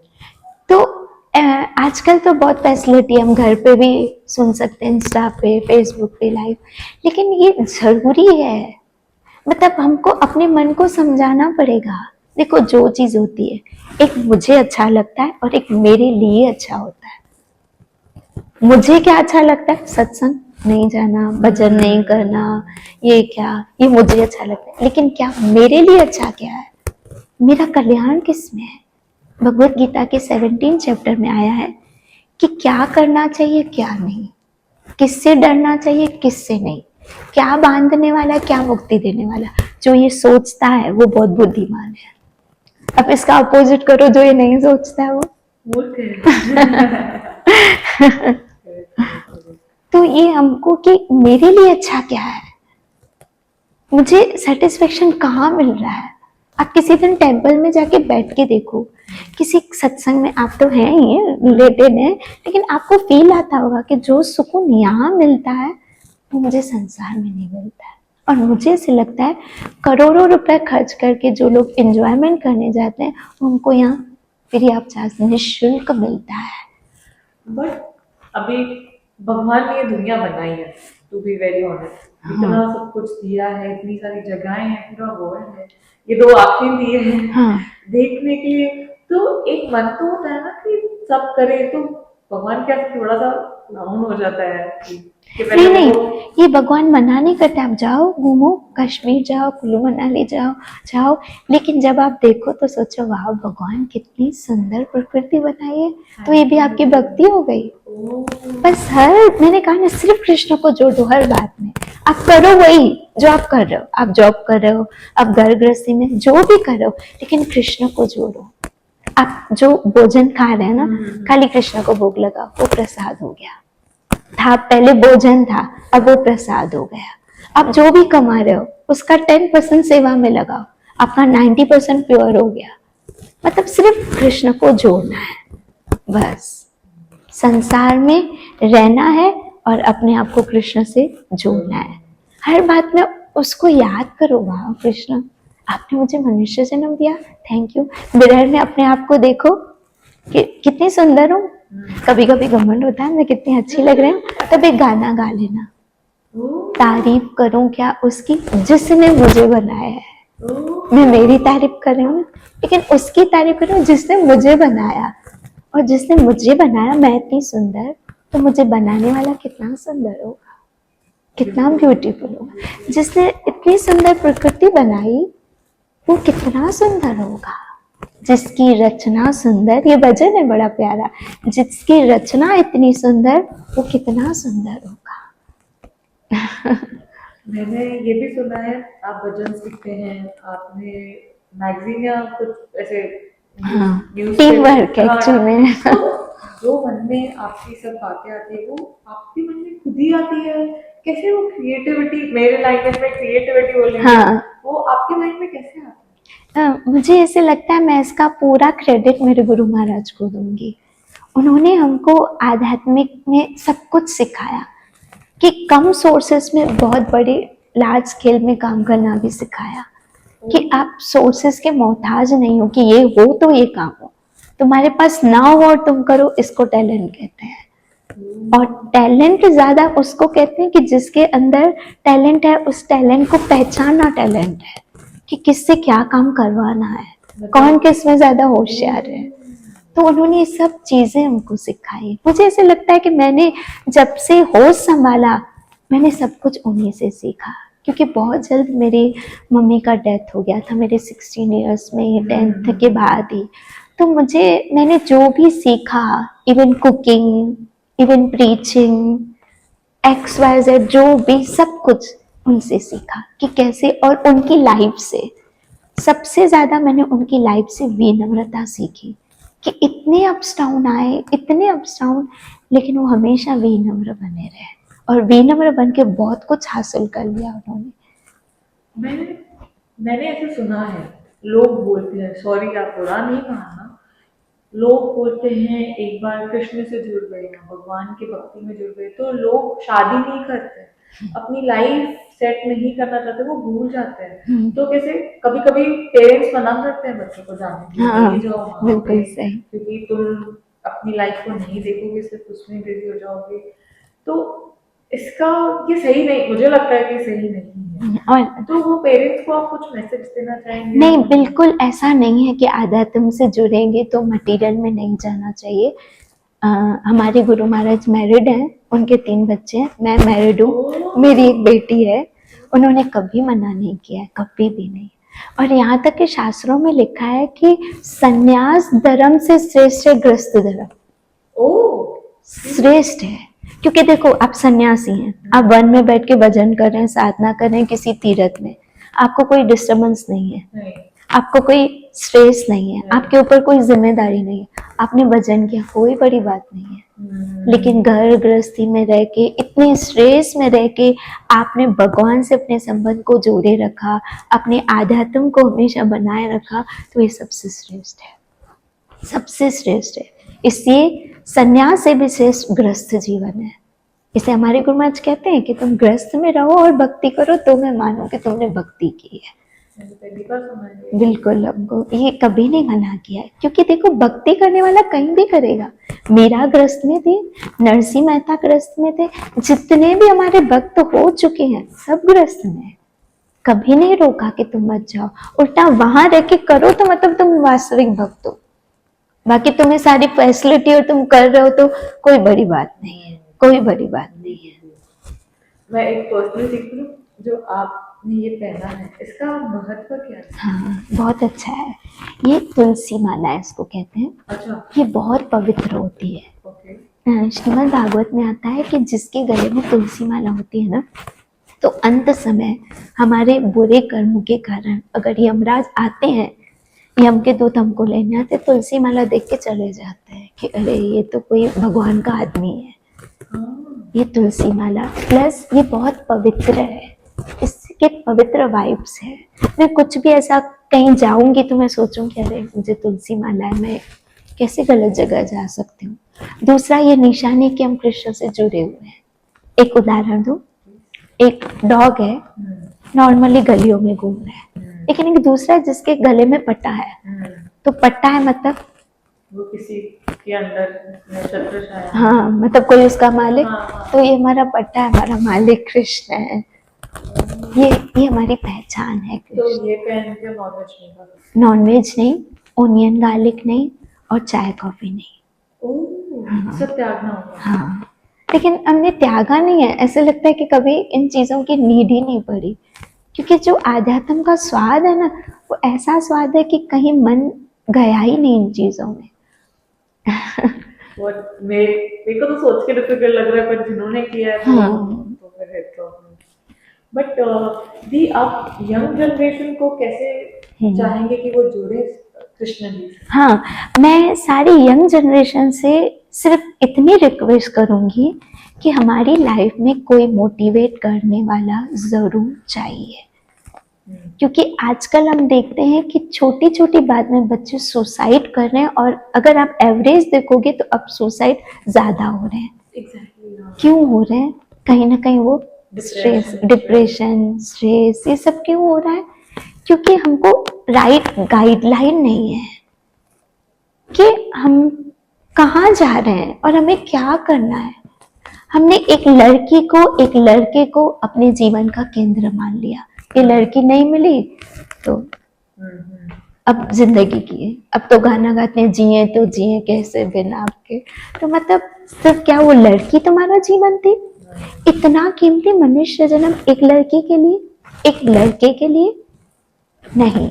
और दूसरा, हम बहुत जल्दी निराश हो जाते हैं, बहुत जल्दी। एक बार एग्जाम सीए में फेल हुए, लगता है मेरे बस की बात नहीं है, लगता है ऐसा होने। ऐसों को मोटिवेशन की सख्त जरूरत है, सख्त जरूरत है। कोई ना कोई उनको गाइडलाइन देने वाला चाहिए। जैसे ही उनको गाइडेंस मिलेगा ना, ऐसे हमारे सत्संग में ऐसे कई लोग आए जो पढ़ाई छोड़ चुके थे, गिव अप कर चुके थे बिल्कुल, लेकिन हमारे गुरु महाराज ने ऐसे उनको एकदम खड़ा कर दिया। अब एक लड़की, मैं आपको उदाहरण दूं, वो मेरी बेस्ट फ्रेंड है। उन्होंने 12th में गिव अप कर दिया कि अब मुझे पढ़ाई नहीं करनी है, मैं वृंदावन जाऊंगी, एकांत में बैठूंगी, भजन करूंगी। और मुझे अच्छा नहीं लगा, क्योंकि मुझे पता है मेरे गुरु महाराज को ये चीजें अच्छी नहीं लगती है। उन्होंने सारे बच्चों को एक सूत्र दिया है। उन्होंने कहा है कि एक हाथ में माला, एक हाथ में बाला। बाला मीन्स तुम्हारी डिग्री, तुम्हारी डिग्री चाहिए, क्योंकि आजकल लड़कियों को डिग्री, अपने पाँव पे खड़ा रहना बहुत जरूरी है। क्योंकि इन फ्यूचर उसके साथ पता नहीं क्या हो रहा है, किस ससुराल में जा रही हैं, उसके हाथ में उसकी अर्निंग होनी चाहिए, उसका पैसा। और अगर पैसा हाथ में है ना, तो हम किसी के आगे हाथ नहीं फैलाएंगे, हमें किसी के अंडर में रहने की जरूरत नहीं है। दूसरा, ये चीज सिखाइए कि ये मत कंपेयर करो कि लड़कों से हम कम नहीं है, ये मत सोचो। उल्टा ये सोचो कि हम लड़कों से कई गुना ज्यादा है। इसे उन्होंने सूत्र दिया है कि एक लड़की टेंशन नहीं है, टेंशन है। आजकल की एक लड़की टेंशन नहीं है, क्योंकि जैसे ही लड़की पैदा होती है ना, अरे इसकी शादी करानी होगी, इसको ये, तो टेंशन। लेकिन आजकल की लड़की टेंशन नहीं बने, tension is equal to tension बने। लड़की का जीवन एक ऐसा होता है कि आपने कहा डिग्री इम्पोर्टेंट है, डिग्री के साथ साथ उसे घर की भी चीजें सीखनी ही पड़ती है। बिल्कुल पड़ेगी। करेक्ट। तो अगर वो 10 साल के बराबर है, हाँ, वो एक ऐसा पर्सनालिटी बनाएगी कि उसे सिर्फ पढ़ाई के बाद जॉब करनी है। ऑफ कोर्स वो स्पिरिचुअली जुड़े या नहीं जुड़े अप टू हर, बट वो जॉब में बिजी रहेगी एंड ऑल। फिर इन लॉस में जाके वो बैलेंस नहीं कर पाए लाइफ, जॉब लाइफ, इन लॉस लाइफ, घर, हस्बैंड रिलेशनशिप, तो उसके ऊपर तो बहुत प्रेशर आता है। तो वो कैसे सॉल्व हो? वो इजी नहीं है ना। हाँ, वो इजी नहीं तो है। एक लड़की के लिए तो मतलब लाइफ ऐसी है कि टेंशन तो सिर्फ फाइनेंशियल का हाँ, नहीं रहता है। It's difficult to be very honest, सब मैनेज करना, सबको खुश रखना। हाँ, आपने ये लाइफ दी, आपको पता है। बिल्कुल उसके बाद पता जब है। आपके खुद के बच्चे हुए, उसे पालना, उसे संभालना एक रिस्पॉन्सिबिलिटी है। हाँ, तो जब वो पर्सनालिटी बनाएगी, एक वो आ जाता है कि नहीं मुझे जॉब करनी है, मुझे जॉब करनी है, वो इंसान कैसे बैलेंस करेगा? बहुत अच्छा सवाल है। हम ना कभी भी अपने लिए नहीं कर सकेंगे, हमारे गुरु महाराज ने समझाया है। आप लाइफ में किसी से तो प्यार करते होंगे, हार्टली, बहुत हार्टली।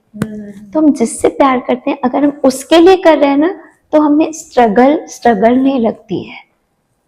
फॉर एग्जाम्पल, मैं जो भी कर रही हूँ इस वक्त स्ट्रगल, तो मेरा मोटिव क्या है? मेरे गुरु महाराज खुश होंगे, मैं प्रचार करूंगी ना, मेरे गुरु महाराज खुश होंगे, तो मेरा मोटिव है। तो उनकी खुशी के लिए मैं सब कुछ करूंगी, और मैं जो भी स्ट्रगल करूंगी ना, वो लग रहा है स्ट्रगल है, लेकिन वो मुझे स्ट्रगल करने में स्ट्रगल लग रहा है, लेकिन मेरे मन में सेटिस्फेक्शन है, तो वो मुझे हैवी नहीं लगता है। मैं अच्छे से बैलेंस कर लूंगी, क्योंकि मैं किसी के लिए कर रही हूँ। और याद रखना, हमारे गुरु महाराज कहते हैं कि अगर आप कुछ भी पाना चाह रहे हैं, लेकिन अगर आप किसी के लिए कर रहे हो तो आप इजीली कर पाओगे। अपने लिए करोगे तो शायद आप सोचोगे, लेकिन अगर आप किसी के लिए कर रहे हो ना तो आप सब कुछ। एक छोटा सा उदाहरण, लेडीज के घर में ना फैमिली होती है तो अच्छी अच्छी डिशेस बनाती है। किसी दिन सब कहीं घूमने जाते हैं, हम घर में अकेले होते हैं, कुछ नहीं बनाते हैं। नहीं होता है। नमकीन चपाती बना लेंगे, या दोपहर वाला पड़ा है। क्यों? घर में तो सब कुछ है। कभी सोचा नहीं। क्योंकि हम किसी के लिए कर सकते हैं, लेकिन अपने लिए सब कुछ नहीं होता है। जब आपका इंटेंशन कोई और होगा ना तो आप कर लोगे, इजीली कर लोगे। इसलिए कभी कभी हमको हमारे लक्ष्य तक पहुंचने के लिए जो मजबूरी होती है ना, वो मजबूरी भी हमारा टारगेट बन जाती है। मतलब कोई कोई अपने माँ बाप के लिए करता है कि अगर मैं नहीं कमाऊंगा तो कौन करेगा। बापू जी ने एक बहुत अच्छी इस पे एग्जाम्पल दिया, बहुत अच्छा है, फिर आपको क्लियर समझ में आएगा। एक लड़का था, बहुत पढ़ा लिखा था, उसको जॉब नहीं मिल रही थी, तो एक होटल में वेटर का काम कर रहा था। उसको बार बार लगता था कि ये वेटर का काम शोभा नहीं देता है मुझे, लेकिन बार बार याद आता था माँ बाप घर में है, दोनों की मेडिसिन लेनी है, कवारी बहन है, फिर वो काम करने लग जाता था, एक्टिवली काम कर लेता था।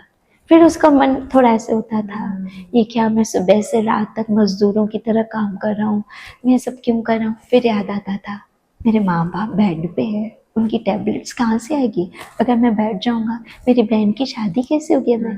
तो उसकी मजबूरी ने उसको वो काम करवा दिया।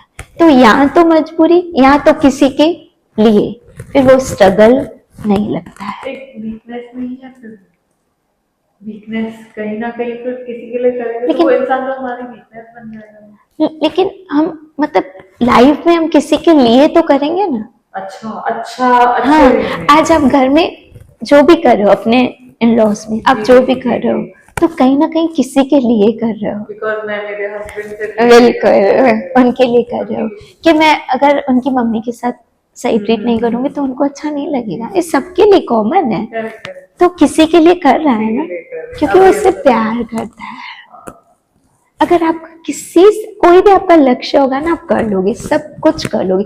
इवन कभी कभी आप नेचर के विपरीत भी काम कर लोगे, क्योंकि आप उससे प्यार करते हो। पावर है, पावर सबसे ज्यादा पावर प्रेम में है, लेकिन ये प्रेम का लक्ष्य आध्यात्मिक होना चाहिए, मटेरियल नहीं होना चाहिए। उसमें भी ग्रेटफुल। हाँ, उसमें भी ग्रेटफुल।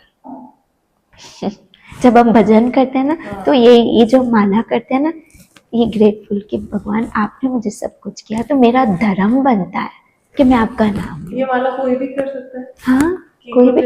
नाम मिलता है? नहीं, कोई भी कर सकता है। चैतन्य महाप्रभु कहते हैं, यारे देखो त्यारे कहो कृष्ण उपदेश। जिससे भी मिलो उसको कहो कृष्ण, बोलो हरि बोल।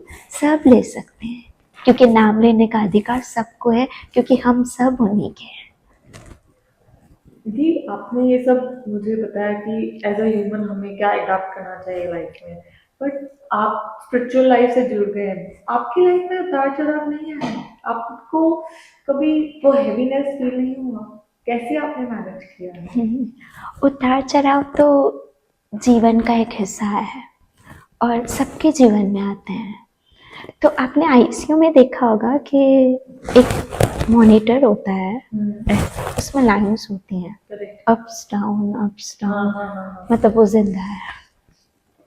एक्सप्लेन करेंगे प्लीज? लॉजिक वो होती है ना, मॉनिटर, उसमें ऐसे होती है ना लाइंस, ऊपर नीचे, मतलब वो अभी तक जिंदा है। मतलब हम जिंदा हैं तब तक ये आएंगे, और अगर नहीं आए तो मतलब वो डेड, मरा हुआ है। तो ये सबकी लाइफ में है, किसी में ज्यादा किसी में कम, लेकिन होते हैं। लेकिन सत्संग क्या करती है, हमको सहन करना सिखाती है। दुख आता है, सब पे आता है, लेकिन सत्संग में वो पावर है जो हमको सहन शक्ति प्रदान करता है। पता है, कई लोगों का ऐसा मानना है कि हम सत्संग जाएंगे ना हमारे दुख दूर हो जाएंगे। नॉट, ऐसा नहीं होता है। सत्संग जो हमारे कर्म में दुख होंगे वो मिलेंगे। हाँ जो मैंने बुरे कर्म किए उसकी सजा मुझे मिलेगी। हाँ लेकिन सत्संग से क्या है, मुझे सहन करने की शक्ति मिलती है। सत्संग हमको सहन करने की शक्ति देती है। इसलिए सत्संग के माध्यम से और अपने गुरु के शब्दों को याद करके उस दुख को हम हंस के सह लेते हैं। हमारे गुरु महाराज ने हमको सिखाया है कि अगर तुम हर चीज में कृष्ण का अनुभव करोगे तो तुम्हारा दुख सुख से गुजर जाएगा। यू नो, दुख सुख से गुजर जाना मतलब बहुत इजीली पार करोगे उस जो पीरियड, वो खराब पीरियड आया है ना, कैसे, ये सोचो ये वक्त भी गुजर जाएगा। जब भी बुरा समय आए ना, ये वक्त भी गुजर जाए, और जब अच्छा समय आए ना तो बोलना थैंक यू कृष्ण, मैं तो इसके लायक नहीं था, आपने फिर भी मुझे बहुत दे दिया। तो उसमें ज्यादा अहंकार नहीं आएगा और दुख में ज्यादा इंसान दुखी नहीं होगा। पर दी, हम मतलब आपने तो बोला सुख दुख आएगा जाएगा, बट हम कभी कभी भगवान को भी माफ नहीं कर पाते हैं। स्पिरिचुअलिटी का मतलब है फॉरगिवनेस, बट वो तो हम कर नहीं पाते। वो कैसे लाए अपने लाइफ में? एक्चुअली में हम कौन होते हैं भगवान को दोषी ठहराना, माफ करना? हम मतलब हमें वो हक ही नहीं है, क्योंकि पूरा इंसाफ उनके हाथ में है। और अभी कभी हमने अगर उनसे इंसाफ मांगा ना तो हम बहुत लॉस में जाएंगे, बहुत लॉस में जाएंगे। कभी इंसाफ नहीं मांगना। क्यों? क्योंकि उन्होंने हम पे दया की है। एक उदाहरण दो, एक माँ और बेटे शॉपिंग करने जा रहे हैं, तो बेटे, बच्चों को आदत होती है ना, मम्मा ये लेके दो, मम्मा ये लेके दो। बच्चे ने बहुत कुछ सारा सामान ले लिया, साइकिल भी ले ली, ये भी। उठाएगा कौन? मम्मी। लिया किस? बच्चे ने। माँ कभी बोलेगी बेटा तूने लिया है ना, तू ही उठा, मैं क्यों उठाऊं? नहीं, क्योंकि वो माँ है। माँ बोलेगी ठीक है बेटा, तू जितना उठा सकता है उठा, बाकी मैं उठाऊंगी। ठीक इसी प्रकार हमारे बहुत सारे पाप कर्म है, लेकिन भगवान माफ कर देता है। इसलिए इंसाफ नहीं मांगना। उतने कर्म की सजा देता है जितना हम सह सकते हैं, बाकी तो माफ कर देता है। इसे कभी, जिस दिन हमने कहा ना भगवान आपने ऐसा किया ऐसा किया, भगवान बोलते हैं अगर मैं तेरे कर्मों के साथ चला ना तो तू मुंह दिखाने के लायक भी नहीं रहेगा, तो मंदिर आने के भी लायक नहीं रहेगा। ये तो मेरी कृपा है कि मैंने कई माफ कर दिए। जैसे सारा सामान माँ ने उठा लिया, जितना बच्चा उठा सका। हालांकि सारी शॉपिंग बच्चे की है, लेकिन उठाया माँ ने। ऐसे सारे कर्म हमारे हैं, लेकिन भगवान बख्श देते हैं। और माफ करना ये हमारे नेचर में होना चाहिए। हमारे गुरु महाराज कहते हैं जब आप जमीन वालों को माफ करोगे, दया करोगे, तो ऊपर वाला, आसमान वाला तुमको माफ करेगा। इसे माफ करना हमारे स्वभाव में होना चाहिए। क्यों? क्योंकि कहीं ना कहीं हम भी इंसान हैं। आज सामने वाले ने गलती की है, हम कोई दूध के धुले हुए नहीं है। हो सकता है हमने भी कई बार गलती की, तो जब सामने वाला मुझे माफ कर सकता है तो मुझे भी माफ करना चाहिए। और दूसरा, इंसाफ भगवान के हाथ में, हमारे हाथ में। कोई सही है गलत है, वो कहते हैं अलाए जी छामे राजिया, अलाए जी कैसा राजिया। तो पता नहीं वो कब किस पे कैसे रीत जाए और हम उसको गलत जज करते हो।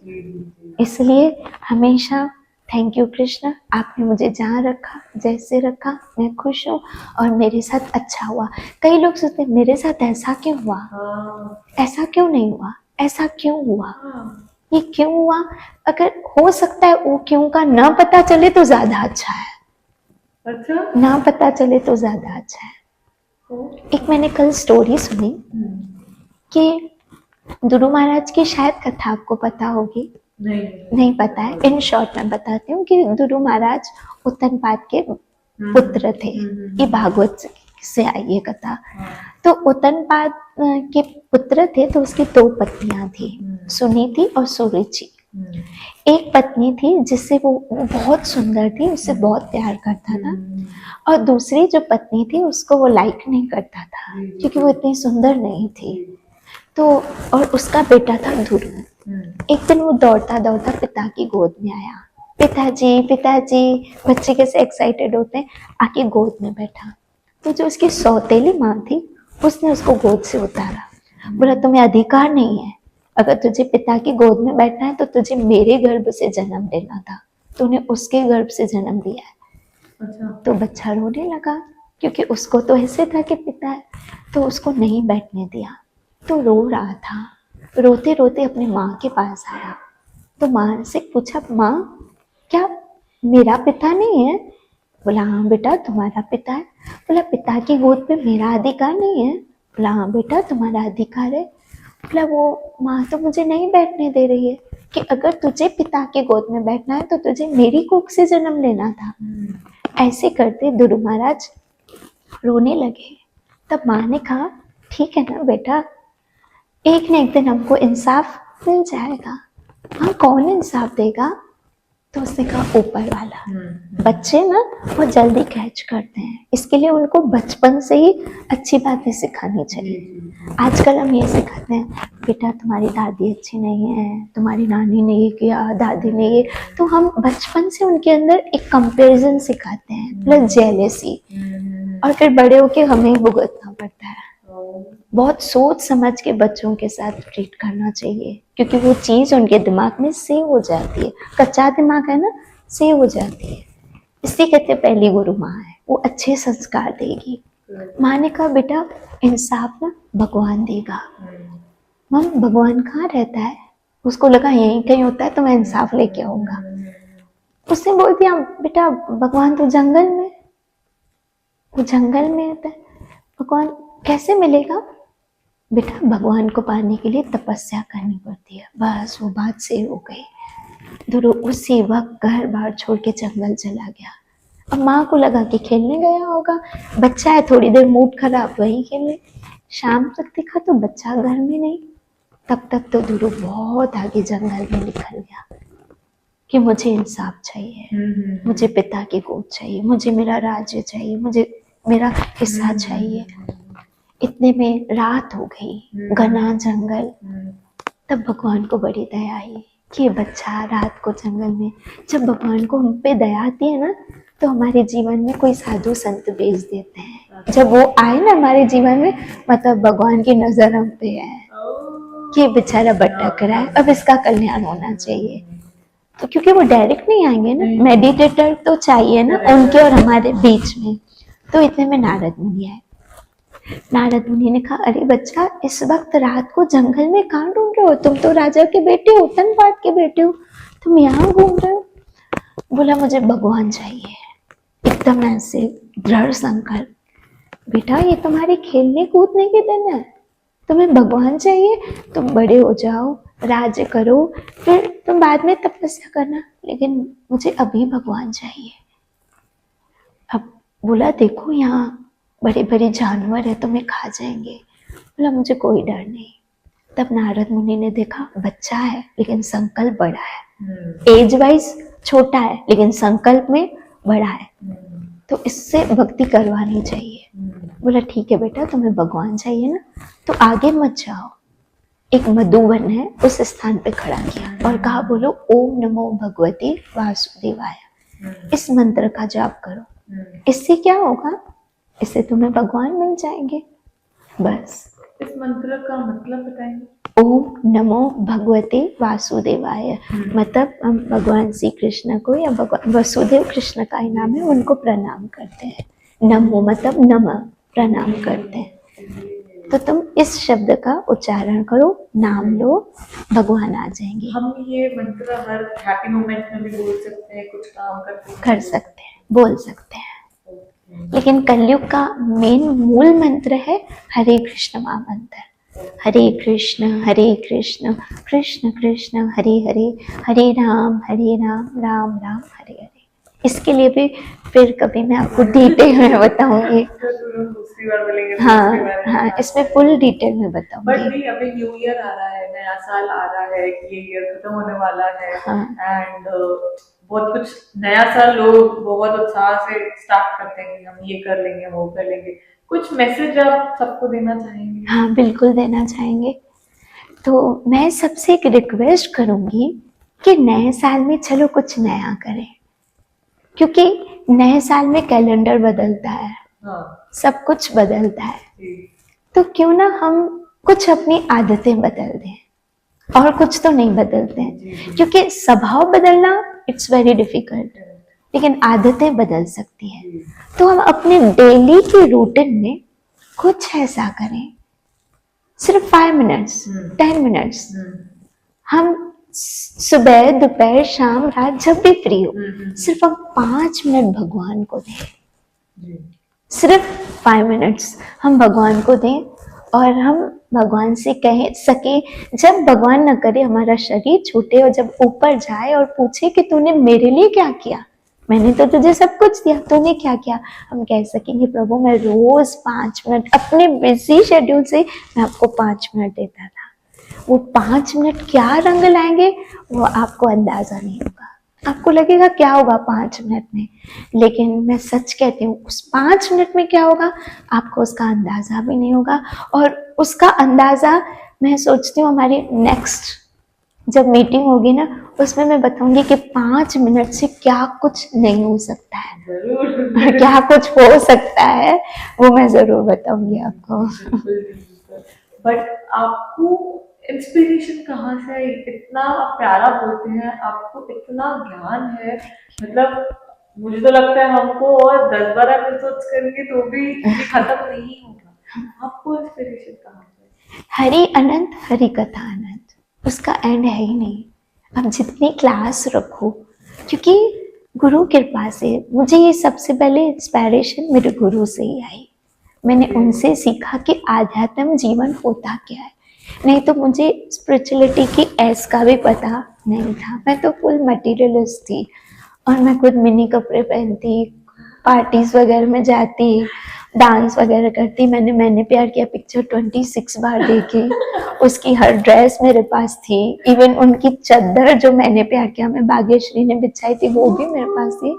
मैं इतनी पागल थी, लेकिन मेरे गुरु ने बताया कि पागल होना है लेकिन किसके पीछे, कृष्ण के पीछे। तो इसलिए मैंने सब कुछ वहां से सीखा, और मुझे ऐसा लगता है कि ये आजकल के यंग जनरेशन को सीखना चाहिए, बहुत ज़रूरी है। आज हम फुल हैप्पी हैं, हमारे जीवन में दुख है लेकिन लगता नहीं है, टेंशन है, स्ट्रेस है, क्योंकि लाइफ है तो ये सब कुछ है सब कुछ, लेकिन कृष्ण हमारे साथ है तो डरने की क्या बात है। इसलिए गुरु महाराज ने एक ऐसा मंत्र दे दिया है जिससे हमें हर कुछ इजी सा लगता है, कुछ भी डिफिकल्ट नहीं लगता है, क्योंकि वो हमारे साथ है। Thank you so much. आज आप आए, हमने इतनी बातें की। होपफुली नेक्स्ट टाइम जब हम मिले, हम पर्टिकुलर किसी चीज के लिए बात करें और आपका ज्ञान सबको मिले, सब मोटिवेट हो। Thank you so much. मैं भी आपको थैंक यू कहूंगी, क्योंकि आपके सदके ये आध्यात्म ज्ञान पता नहीं कितने लोगों तक पहुंचेगा, और अगर किसी ने एक दो ने भी फॉलो किया तो हमारा जीवन सफल हो गया। जिन्हें नहीं पता है उन्हें मैं बता दूं, हमारे उल्लासनगर में मधुसूदन आश्रम है, वहाँ पे छाया दी होते हैं, वहाँ पे सत्संग भी करते हैं।